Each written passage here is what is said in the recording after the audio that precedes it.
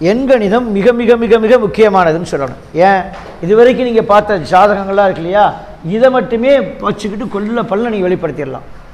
எண்கணிதம் எப்பொழுது தோன்றி இருக்கும் அப்படின்னு ஒரு கேள்வி வச்சு என்ன சொல்லுவீங்க சார்? நம்பர் தோன்றப்பே எண்கணிதம் தோன்றி இருக்கும். நம்பர் எப்போ தோன்றி இருக்கும்? சூரியன் 1ஆம் நம்பர் வந்துச்சுல, சூரியன் சந்திரன், அப்போ எண்கணிதமும் அப்போவே வந்தது. எண்கணிதம் இப்போ மனிதர்கள் இடையில கண்டுபிடிக்கலை. 9 நவகிரகம்னு சொல்கிறோம் இல்லையா, அந்த எண் என்பது அப்போவே வந்தது. இது நீங்களோ நானோ யாரோ இடையில கண்டுபிடிச்சான்னு சொல்கிறது அறியாமல், யாரும் கண்டுபிடிக்கலை, எப்போவுமே இருக்குது. கணித எண்கணிதம் என்பது நவக்கிரகங்கள் தோன்றும் பொழுதே எண்களும் தோன்றப்பட்டன அப்படின்னு பார்த்துக்கணும்.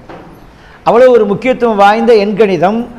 நாம் கோச்சார கிரகங்களை மட்டுமே பார்த்துக்கிட்டு இருக்கோம். என்ன சொல்கிறாங்க? விதி, கதி, மதி அப்படின்னு 3 இருக்குது. விதி என்பது கர்ம வினையை சொல்லும், மதி என்பது உடல், கதி என்பது சூரியன். மாசம்தான் விதி கதி மதின்னு 3ஆ பிரிக்கிறோம் இல்லையா. பிறந்த தேதி வருது இல்லையா, பிறந்த தேதி இதுதான் மதி. சந்திரனை வச்சு நம்ம கணிக்கிறோம். சந்திரன் எந்த நட்சத்திரத்தில் இருக்கிறான்னு பார்க்குறோம் இல்லையா. அப்போ ஒரு நாள், ஒவ்வொரு நாளும் சந்திரன் பயணிக்கிறதுனால ஒவ்வொரு நாளையும் கணக்கிட்டு மதி அப்படின்னு சொல்லும்போது சந்திரன் பயணத்தை வச்சு கணிக்கிறாங்க. கதி என்பது மாதம், ஒரு மாதம் தீர்மானிக்கப்படுது இல்லையா எல்லாத்துக்கும், அந்த மாதம் தான் கதி. டோட்டல் ஒரு வருஷம் தீர்மானிக்கப்படுது இல்லையா, அது விதி. இப்போ விதி கதி மதின்னு சொல்லி 3ஆ அதை பிரிச்சிடுறாங்க. இந்த 3ஐயும் பிரிச்சுக்கிட்டு எல்லாத்துக்குமே இது உண்டு. பூமியில் இருக்க எல்லா ஜீவராசிகளுக்கும் இந்த எண் உண்டு, எண் கணிதம் உண்டு. நவக்கிரகங்களை வச்சு ஜாதகத்தை கணிக்கிறதை போல எண் கணிதத்தை வச்சு ஒருத்தர் லைஃபவே தீர்மானிச்சார். அவர் பிறக்கும்போது எந்த தேதியில் எந்த நட்சத்திரத்தில் பிறந்திருக்கான்னு முதல்ல அதை ஜாதகத்தில் கணிக்கிறீங்க இல்லையா, அதை அப்படியே இதில் உல்டாவாக மாற்றிட்டு என்ன தேதியில் எந்த மாதத்தில் எந்த வருஷத்தில் பிறந்தார் அப்படிங்கிறதா எண்கணிதம். அவரவர் விருப்பத்தின் அடிப்படையெல்லாம் நமக்கு தேதி தீர்மானிக்கப்படலை, கர்மாப்படியே தேதி தீர்மானிக்கப்பட்டிருக்கிறது. தேதி, மாதம், வருஷம், பூர்வ ஜென்ம கர்மத்தின் அடிப்படையிலேயே அந்த இறை பரம்பொருள் ஒரு சரியான நாளையும் சரியான மாதத்தையும் ஒரு குறிப்பிட்ட வருஷத்தையும் அவரவருக்கு தீர்மானிக்கப்பட்டு இங்கே பூமியில் அந்த ஆத்மா கீழே இறங்குது. அந்த விதேசத்தை கண்டுபிடிச்சு அதை தனக்கு ஏற்ப சாதகமாக மாற்றிக்கொள்வது தான் எண்கணிதம். உங்களுக்கு சாதகமாக இதை மாற்ற தெரிஞ்சிட்டிங்கன்னா பேரானந்தம், பெரும் மகிழ்ச்சி, தடைகள்லாம் பொடிப்படியாகிடும். அதில் கடந்து போகிறதுக்கு இந்த சூட்சமம் தெரியணும். அதுக்கு என்ன செய்கிறது அப்படின்னு பார்க்குறதுக்கு இந்த எண்கணித விதிகள் நல்லா புரிஞ்சுக்கோங்க. அடிப்படை பண்டமன்ற விதி நமக்கு என்ன தெரிஞ்சிருக்கணும்? இது ஆங்கில எழுத்தில் தமிழ் எழுத்தில் முதல்ல வச்சுருந்தாங்க, இப்போ அது நிறையா இல்லாமல் இருக்குது. நமக்கு ஆங்கில எழுத்தில் கையாளப்பட்டுக்கிட்டு இருக்குது. இந்த ஃபார்முலா பார்த்துக்குங்க. எழுத்துக்கள், ஆங்கில எழுத்துக்கள் 26 எழுத்துக்களுக்கும் 8 நம்பர் கொடுக்கப்பட்டிருக்கிறது. 8 நம்பர், 26 எழுத்துக்கள், 8 நம்பர் கொடுக்கப்பட்டிருக்குது. ஆனால் கிரகங்களில் 9 கிரகம் இருக்குது, 8 கிரகம் தான் கொடுக்கப்பட்டிருக்குது. கீழே 9ஆவது வரக்கூடியது செவ்வாய். 9ஆம் எண் செவ்வாயாக வருது. இது எந்த கிரகத்திலையும் தனித்துவமாகவே நிற்கும். இந்த 9ஆம் நம்பர் மட்டும் நீங்கள் எதில் போய் சேர்த்தாலும் சேராது, அது தனித்துவமாகவே வரும். பார்த்துங்க, எந்த நம்பரோட கூட்டினாலும் இது தனிச்சு தான் நிற்கும். ஆக இதோ எந்த நம்பரையும் சேர்க்க முடியாது. நீங்கள் இது தனித்துவமான நம்பர். மொத்த நம்பர் 9, 9க்கு 9 கிரகங்கள், 8 கிரகங்கள் கரெக்டாக எல்லாத்துலையும் கூட்டா சேரும். ஆனால் அந்த 9ஆம் எண் மட்டும் சேராது, தனித்துவமாக இருக்கும். அதனால் தனியாக அதை உங்களுக்கு இங்கே எழுதப்பட்டிருக்குன்னு பார்த்துக்குங்க. இந்த எழுத்துக்களை தெரிஞ்சுக்கணும். பேர் நம்ம எழுத்தில் தான் வைக்கிறோம், பேர் எழுத்தில் வைக்கிறோம். பிறந்த தேதியை கணக்கிடணும். அதுக்குரிய கிரகங்களுக்கு ஏற்ப ஒன்றுக்கு ஒன்று நட்பாக சேர்த்துட்டிங்கன்னா அந்த குழந்தையுடைய வாழ்க்கை பிரமாதமாக அமைஞ்சிடும். அப்படி பார்க்கல AJIOQ 1ஆம் நம்பராக வருது. 1ஆம் நம்பருங்கிறது சூரியன் ஆதிக்கத்தில் வருதுன்னு. அந்த 5 எழுத்துக்களும் 1ஆம் நம்பருக்கு, 1ஆம் நம்பருக்கு ஆதிக்கம்னா சூரியன் ஆதிக்கத்தில் வரக்கூடிய எழுத்துக்கள்னு புரிஞ்சுக்கணும். அதுக்கப்புறம் என்ன எழுத்து வருது பாருங்கள், கீழே PKR 2ஆம் நம்பர் ஆதிக்கத்தில் வருது. இது சந்திரனுடைய ஆதிக்கத்தில் வருது. இந்த தேதியில் பிறகுறவர்களுக்கு இந்த ஆதிக்க நம்பரோடு சேர்த்து பேர் வச்சா அது நல்லா அமைஞ்சுக்கிறோம். அடுத்து வரக்கூடியது CGLS. இந்த 4 எழுத்துக்களும் 3ஆம் நம்பர் ஆதிக்கத்தில் வருது. 3ஆம் நம்பர் என்பது குருவின் நம்பராக வருது. எனவே குரு ஆதிக்கத்தில் வரக்கூடிய எழுத்துக்கள் அப்படிங்கிறத புரிஞ்சுக்கிட்டாலே போதும். அடுத்து DMT 4ஆம் நம்பர். இந்த 4ஆம் நம்பருக்கு ஆதிக்கமாக வரக்கூடிய கிரகம் ராகு. இந்த ராகுவின் ஆதிக்கத்தில் வரக்கூடிய எழுத்துக்களை நம்ம கரெக்ட் பண்ணி அதுக்கேற்ப நட்பு எண் பகைன்னு சேர்த்து எழுத தெரியணும்.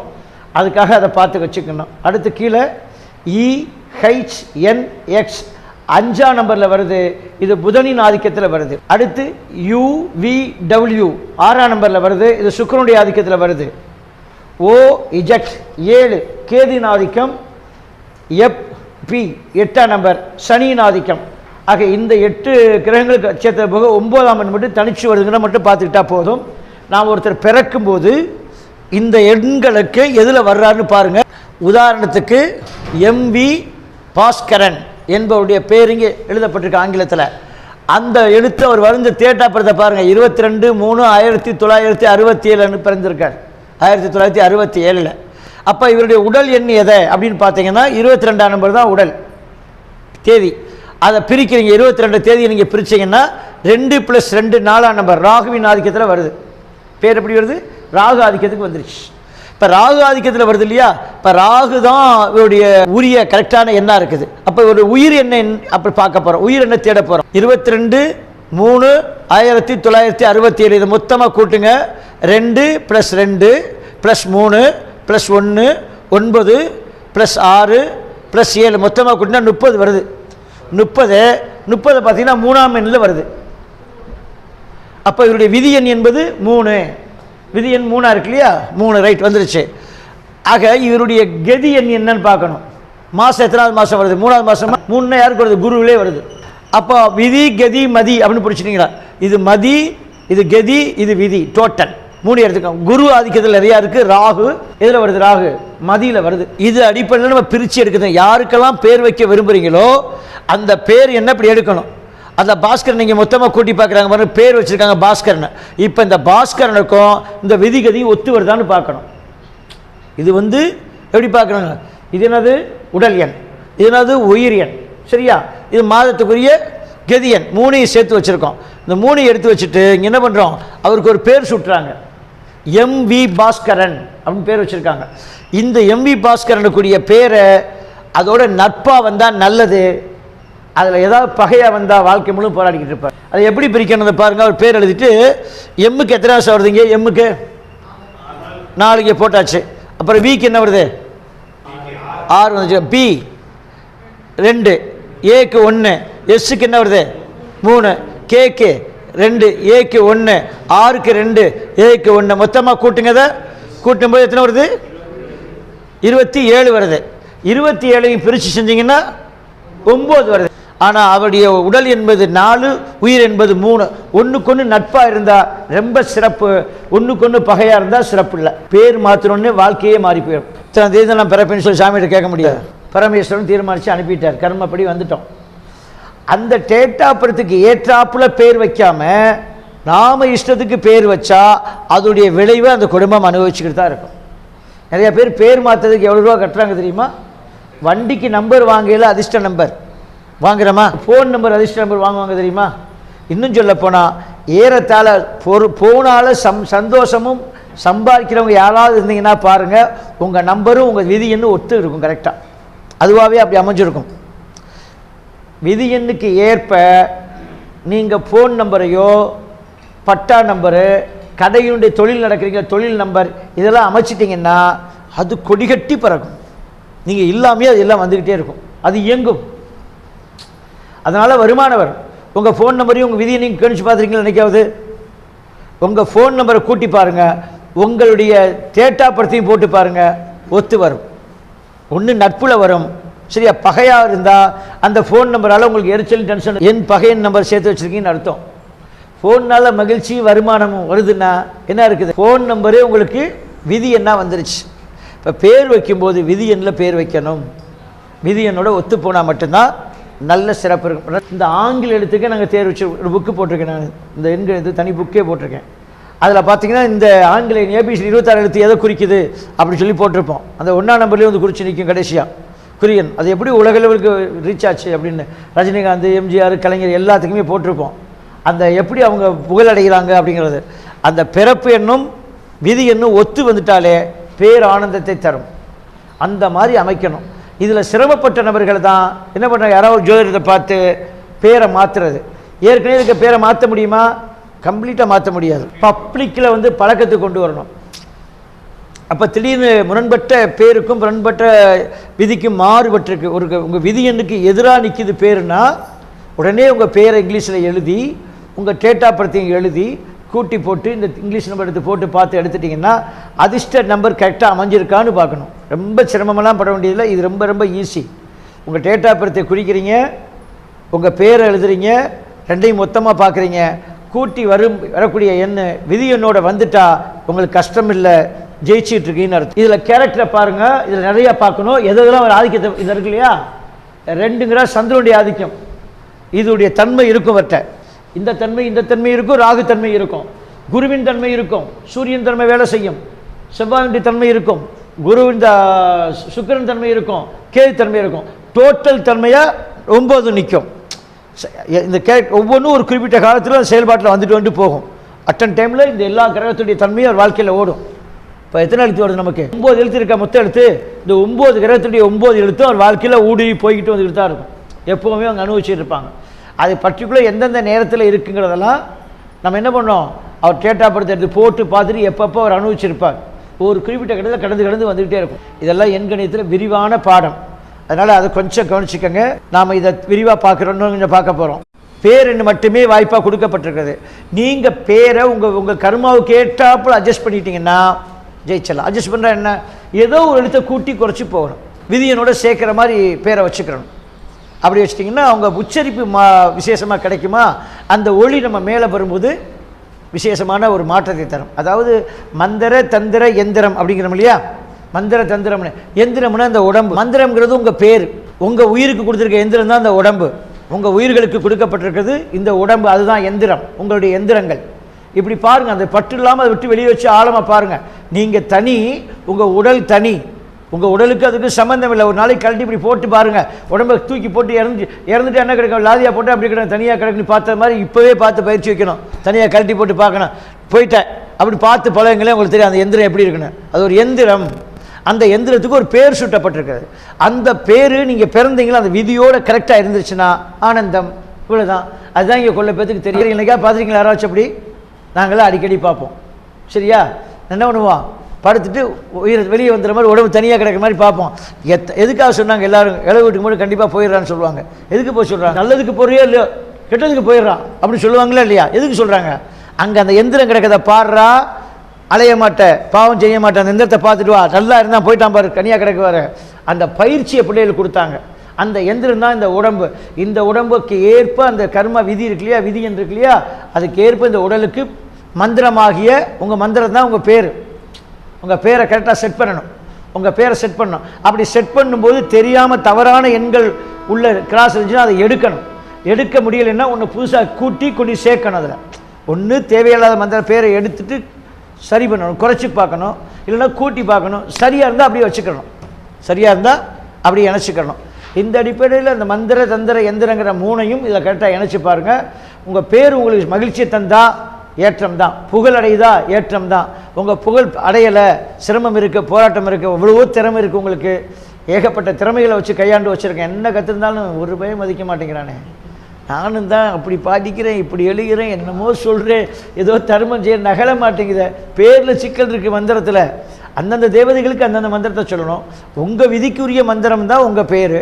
அந்த பேரை கரெக்டாக செட் பண்ணலைன்னா அது கரெக்டாக ஒர்க் அவுட் ஆகும். நம்ம அப்பா அம்மாவுக்கு தெரியாமல் கூட இருந்திருக்கலாம், அதனால் பேர் தவறாக இருந்திருக்கும். சரிங்களா? அங்கே எம்ஜி ராமச்சந்திரன்ற அந்த பேர் வைக்கும்போது இருந்தாலும் புகழடையலை. எம்ஜிஆர்னு வச்சோடனே பிடிக்க முடியலை, உச்சத்துக்கு போயிடுச்சு, கொடி கட்டி பிறந்துச்சு. அதை பாருங்கள், சுருக்குனார் அந்த எழுத்தை, அதை பூரா தூக்கி எரிஞ்சு அம்மா அப்பா வச்சது எம்ஜி ராமச்சந்திரன். அதை எடுத்துட்டார், ராமச்சந்திரன் எடுத்துகிட்டு எம்ஜிஆர் 3 சுருக்குனார். அது அடிச்சு பார்த்துங்க. அப்படி தான் இவருக்கு வேறு, கருணாநிதி பேர் வேறு, கலைஞர் உண்மையான பேர் கருணாநிதி பேர் முத்துவேல் கருணாநிதி, அது வேறு மீளமாக போகும். ஆமாம், அது எடுத்தாச்சு. எடுத்து சுருக்கு நாங்கள் தூக்கிடுச்சு. ஒரு படத்துக்கு பேர் வைக்கல கூட, ஒரு சினிமா படத்துக்கு பேர் வைக்கல கூட கவனித்து வைக்க கரெக்டாக பேரை வைக்கணும். அந்த எந்திரத்துக்குரிய பேரை சூட்டு அப்படின்பாங்க. என்றைக்கு படத்துக்கு சாமி போட்டு பூ போட்டு வைக்கிறாங்களோ அந்த நாளை குறித்து அந்த நாடுக்கு ஏற்ற பேரை கொண்டு சேர்க்கணும். சேர்த்தா தான் அது மேலே போகும். ஏதோ எடுத்தேன் கவித்தேன்னு செஞ்சுக்கிட்டு இருந்தால் அது நாமளாக வெறும் உந்து சக்தி தன்னார்வத்தில் செய்கிறோம்னு அர்த்தம். தன்னார்வத்தில் தன்முனைப்புகளை ஏதாவது ஆர்வத்தில் செஞ்சுட்டு மாட்டிக்கிறக்கூடாது. ஸோ எவ்வளோ விசேஷமான எண்கணித முறையில் இந்த அடிப்படை நீங்கள் செஞ்சுட்டு வாங்க. எண்களும் 1 சூரியன், 2 சந்திரன், 3 குரு, 4 ராகு, 5 புதன், 6 சுக்கிரன், 7 கேது, 8 சனி, 9 செவ்வாய் சொல்லிட்டோம். ஒன்றுக்கு ஒன்று நட்பு என்ன பார்க்கலாம். நட்பு என்ன பகை என்ன சொல்கிறேன் கவனிச்சுக்கோங்க. சூரியனுக்கு நட்பு 4. சூரியனுக்கு நட்பு என்பது 4. அப்போ எந்த கிரகம் வருது? ராகு வருது. சூரியனுக்கு இங்கே நம்ம ஜோதிடத்தில் பகைன்னு சொல்கிறோம், இங்கே நண்பனாக வர்றார். பகை 8. 2ஆம் எண் வருது இல்லைங்களா, அதுக்கு கிரகம் எது? சந்திரன். நட்பு எண் 7. 7னா கேது. கேது பாருங்கள், சந்திரனுக்கு கேது நண்பனாக வர்றார். நம்ம ஜோதிடத்தில் கொடிய கிரகணம். இங்கே எண்கணிதத்தில் அவர் நட்பாக வர்றார் கேது. அதுக்கு பகை என்னது? 8 தான். சூரியனுக்கு 8 தான் பகை, சந்திரனுக்கு 8 தான் பகை. அடுத்து 3ஆம் எண்ணுக்கு குரு வருகிறார். இவருக்கு நட்பு எண் செவ்வாய் 9, ஆனால் பகை 6. இப்போ பாருங்கள், செவ்வாயும் குரு நண்பனாக போயிடுறாங்க, ஆனால் பகையை சுக்கிரன் வர்றார். 4ஆம் எண்ணுக்கு ராகு ஆதிக்கத்தில் வருது. இதுக்கு நட்பு 1, பகை 8 வருது. ராகு சூரியன் நண்பனாக போயிடுறாங்க. இவர்களுக்கு 8ஆம் நம்பர், 1ஆம் நம்பர் விதி என்ன வர்றவங்களுக்கு 8ஆம் நம்பர் வைக்கக்கூடாது. 4ஆம் எண் விதி என்ன வந்தாலும் 8ஆம் நம்பர் வைக்க. அடுத்து 5 புதன். இந்த புதனுக்கு நட்பு செவ்வாய் 9. 9ஆம் எண் தான் நட்பாக வருது. இவருக்கு பகை 6. செவ்வாய்க்கும் புதனுக்கும் ஆகாது ஜோதிடத்தில். இங்கே 2 பேர் நண்பர்கள். புதனுக்கும் சுக்கிரனுக்கும் நட்பு, ஆனால் இங்கே பகையாக வருது. 6ஆம் நம்பர் பகையாக போயிடுது. அடுத்து 6ஆம் எண் சுக்கிரனுக்கு 9ஆம் எண் நட்பாக வருது. செவ்வாய் நட்பாக வருது. 3, 5 பகை, குருவும் புதனும் பகையாக வருது. அடுத்து 7ஆம் எண்ணுக்கு கேது. இந்த கேதுக்கு நட்பாக வரக்கூடியது 2. 2இன் அதிபதி சந்திரன் நண்பன். இதுக்கு பகை 8. இந்த நட்பு பகையை பார்த்து தான் நம்ம பேர் வைக்க போகிறோம். விதி எண்ணில் கிடைக்கலையா, நட்பு எண்ணில் வச்சுக்கலாம், பகை எண்ணில் மட்டும் வச்சிடக்கூடாது. 8ஆம் எண்ணுக்கு சனி தான் ஆதிக்கத்தில் வர்றார். 8க்கு யார் அதிபதி? சனி. நண்பன் யாருன்னா 5. புதன் தான் நண்பன், ஆனால் பகை 8. எப்படி வருது பாருங்க. அடுத்து 9ஆம் எண் செவ்வாய். இந்த செவ்வாய்க்கு நட்பு 5, 6. புதனும் சுக்கிரனும் வர்றாங்க. 9க்கு புதனும் சுக்கிரனும் நண்பர்கள். ஆக 2ஆம் எண் பகை. இந்த அடிப்படையில் பேர் எண்ணை சுட்டி நம்ம வச்சுக்கிறோம். அவரவருக்கு உரிய விதி எண்ணை எடுத்து விதி எண்ணில் தான் பேர் வைக்கணும். பேர் வச்சா நல்லது. பேர் வச்சு நல்ல எண்ணம் அமையலைன்னு வச்சுக்கோங்க, நட்பு எண்ணில் சேர்த்து வைக்கணும். எழுதி பார்த்து கரெக்டாக ஒத்து வருதா, மேட்ச் ஆகுதா. ஒன்று விதி எண்ணு நட்பு எண்ணு ஒத்து வரணும். இல்லைன்னா விதி எண்ணுக்கு விதி எண்ணே வந்தால் 100% சிறப்பு. விதி எண்ணுக்கு விதி எண்ணிலேயே பேரும் அமைஞ்சிட்டா, அந்த பேர் என்பதுதான் முகூர்த்தம். நீங்கள் மாற்றி அமைக்கிற வாய்ப்பு. டேட் ஆஃப் பர்த்தை நீங்கள் தீர்மானிக்கலை, இறைவன் தீர்மானிக்கிறார். அதுலேருந்து மாற்றி தப்பிச்சு வர்றதுக்கு உங்கள் மதியை பயன்படுத்தி நீங்களாக உங்களுக்குரிய பேரை அட்ஜஸ்ட் பண்ணி ஏறணும். ஏறினீங்கன்னா ஆனந்தத்தில் போயிடலாம். உங்களை கூப்பிடும்போது உங்கள் உடம்பு திரும்புமா இல்லையா? எந்த கூட்டத்தில் வச்சு கூப்பிட்டாலும் உங்கள் பேரை கூப்பிட்டா திரும்புறீங்க இல்லை? அப்போ இந்த எந்திரத்தை திருப்புறது உங்கள் பேர், அதான் மந்திரம். இந்த மந்திரத்தை தான் எல்லா தெய்வங்களுக்கும் அந்த டயத்தை வச்சு மந்திரம் செட் பண்ணுவாங்க. அதை கனெக்ட் பண்ணி செஞ்சுக்குங்க, ரொம்ப சிறப்பாக அமைஞ்சிரும். ஒரு பேர் நம்ம வைக்கும்போது 8ஆம் எண்ணில் ஒரு பேர் வந்துருச்சு, அதை எப்படி மாற்றி அமைக்கிறத பற்றி இப்போ பார்க்க போகிறோம். அதுக்கு ஒரு பிரமிடு சிஸ்டம் ஒன்று இருக்குது. Pyramid system.